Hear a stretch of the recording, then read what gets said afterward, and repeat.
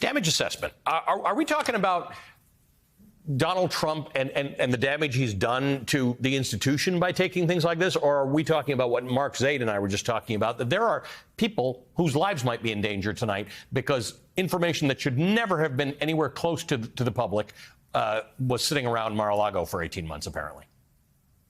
Real lives are at risk. I'm talking U.S. troops, most importantly, because in the affidavit they referred to national defense information. That means U.S. troops, their movements, their locations, and that has been jeopardized by Donald Trump. It also means, as was referenced, sources, people who help the U.S. government obtain or achieve our national security objectives. And just tonight, the New York Times is out with a new piece about a CIA memo regarding the loss of human sources. I can't comment, on that memo, but the story at least highlights the concern that if Donald Trump has this information about U.S. sources, it jeopardizes their lives. So these are real lives that are at risk. And again, Ali, what is so interesting here, or so telling, Donald Trump, 4 years as president, was the first president in modern history who chose not to receive an intelligence briefing when every other president, and Joe Biden did and does receive an intelligence briefing. So why would he take that information now? We can only conclude the worst because he's acted the worst in the past. He leveraged U.S. military aid to Ukraine to get dirt on Joe Biden. So you have to assume he only wanted that information to help himself if he ever needed. I know you can't tell me about details about things you know, but one of the things that we're all learning about, that people like you know about, are the names, the markings on some of these documents. We've all heard classified, and there, as we were discussing, issues about whether there's overclassification of documents. But in the list of classified documents found at Mar-a-Lago, written in the affidavit, which means the last round of stuff, 67 documents marked as confidential, 92 documents marked as secret, 25 documents marked as top secret, 184 documents there. And a lot of them had designations that, like I said, I've never heard of before, but describe whether they're human intelligence or signals intelligence or things like this. Again, this is not accidental memorandum souvenir stuff that would find its way out of where it's normally supposed to be, right?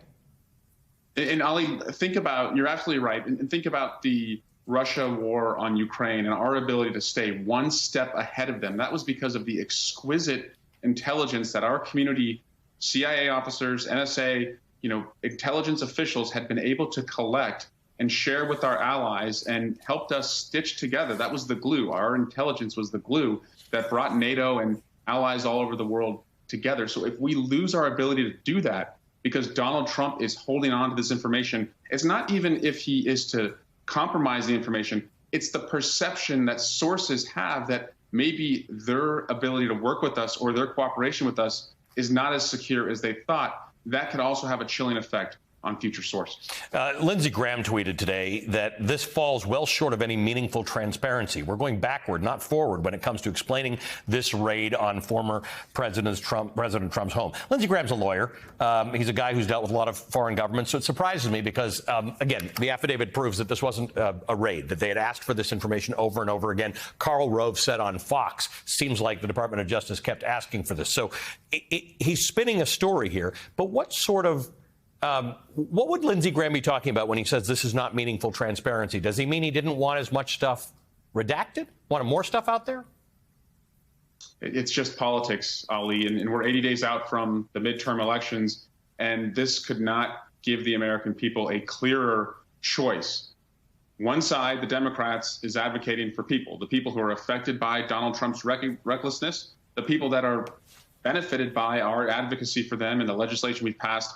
And the other side is entirely interested in politics. And they've given us this frame because they have shown themselves in the way that they're willing to fall over themselves and do anything to defend Donald Trump, that if they win the majority this fall, they will go to Congress and fight entirely for Donald Trump. And Democrats have shown with this and what we've done that if we are given the majority again, we will go back to Congress and fight for people. And it could not be clearer. And this just shows that in a very, very pronounced way. Well, do you think any of this affects that outcome? Obviously, there have been some wind shifting in the last few weeks that are making some people think that control of Congress and the Senate is now a toss-up, when earlier this year they thought Democrats wouldn't control either house. Do you think this kind of thing has any effect? Is there anybody out there in America who's saying this defending Donald Trump's actions here is a bridge too far?